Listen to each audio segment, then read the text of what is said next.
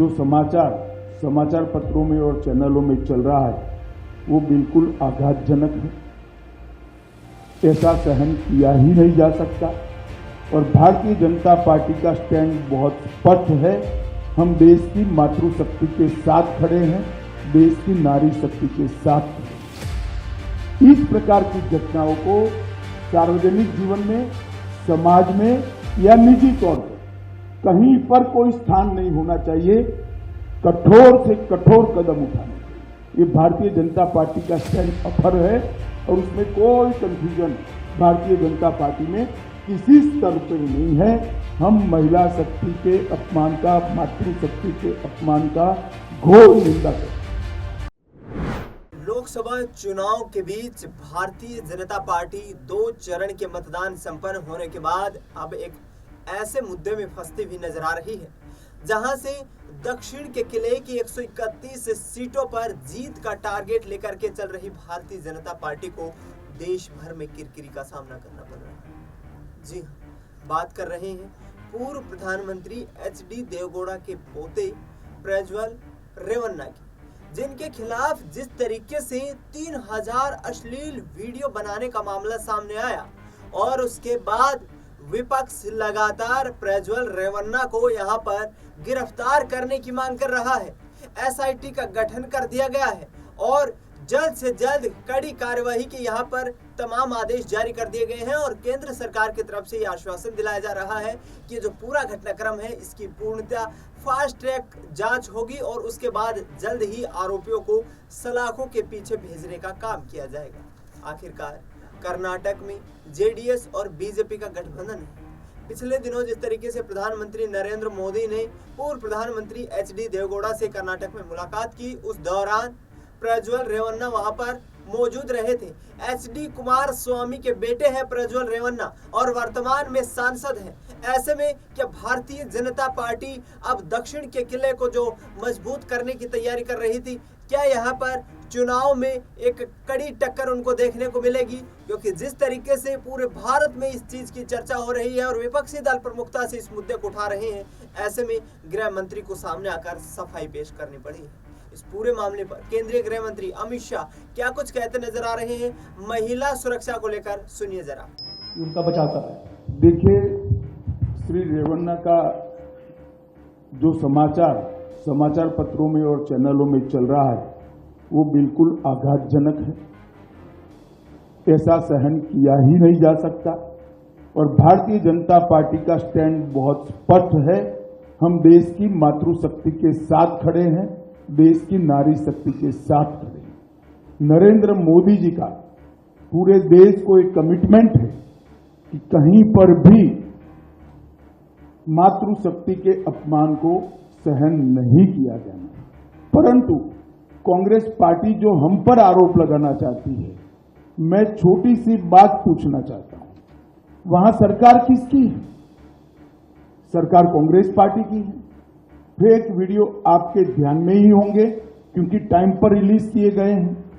और अब तक कार्यवाही कांग्रेस पार्टी ने क्यों नहीं की?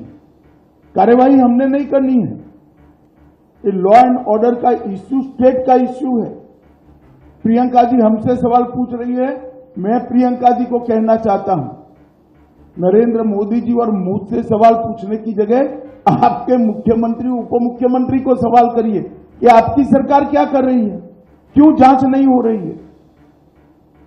हम जांच के पक्ष में है और हमारे साथी दल JDS ने भी उन पर कदम उठाने की घोषणा की है।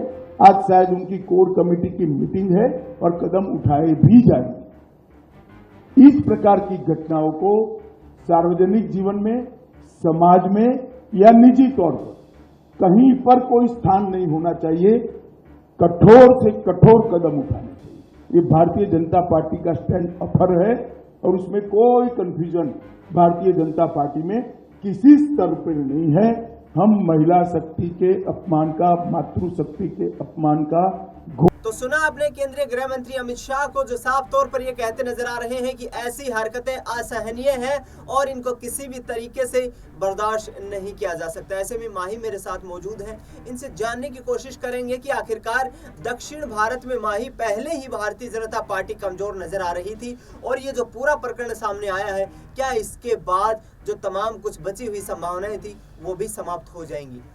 जी बिल्कुल कह सकते हैं दिनेश, लेकिन जाहिर तौर पर ऐसा पूरा एकदम 100% तरीके से नहीं कहा जा सकता है, क्योंकि बीजेपी वाकई में कमजोर तो रही है, लेकिन प्रधानमंत्री का पहले आपने दौरा देखा होगा किस तरीके से वो साउथ में एक्टिव नजर आए। उन्होंने शिवराज सिंह चौहान ये तमाम बड़े बड़े नेताओं को वहां पर भेजा, तो कहीं ना कहीं वो अपनी पैठ बनाने की पूरी कोशिश कर रहे हैं। हाँ, लेकिन ये बात है जिस तरीके से ये मामला पूरा तूल पकड़ता हुआ नजर आ रहा है, 2900 वीडियो, जिस तरीके से आपने बताया 3000 वीडियो का ये पूरा मामला है, तो कहीं ना कहीं बहुत बड़ा मामला सामने आया है। तो जाहिर तौर पर ये कहीं ना कहीं भाजपा को थोड़ा नुकसान पहुंचाते हुए जरूर नजर आएगा, लेकिन अब यहाँ पर ज्यादा से ज्यादा जो पार्टी को नुकसान होगा वो रेवन्ना की पार्टी को होगा। कहीं ना कहीं जो उनकी इमेज थी, उनकी पार्टी की इमेज थी, वो धूमिल होते हुए नजर आई और भारतीय जनता पार्टी जाहिर तौर पर इसका थोड़ा सा जो नुकसान, अगर कोई बड़ा स्टेप नहीं लेते हुए दिखाई देती तो महिलाओं की जो वोट परसेंटेज है उस पर असर पड़ता हुआ दिखाई देगा। आप देखिए इनके ऊपर, रेवन्ना के ऊपर 354A, 354D और 309 और 506 और 509 के तहत धाराएं लगी हैं, जिसमें से ये आप देखेंगे जो 509 वाली धारा और 354D की धारा है, इसमें से मैक्सिमम 5 साल की सजा दी जा सकती है। तो ऐसे में अब देखा जाए तो रेवन्ना की मुश्किलें और उनकी पार्टी की मुश्किलें बढ़ती हुई नजर आ रही, लेकिन अमित शाह ने जिस तरीके से प्रतिक्रिया दी है, इस पर जनता के मन में कहीं ना कहीं उनकी पार्टी के लिए विश्वास बनता हुआ दिखाई देगा और वो कहीं ना कहीं भाजपा अब इसके बहाने वहां पर अपनी पैठ को मजबूत कर सकती है। इसके दो पहलू निकलते हैं। बिल्कुल माही, आखिरी छोटा सा सवाल रहेगा, क्या बीजेपी जेडीएस के साथ यहाँ गठबंधन तोड़ने पर कोई विचार कर सकती है?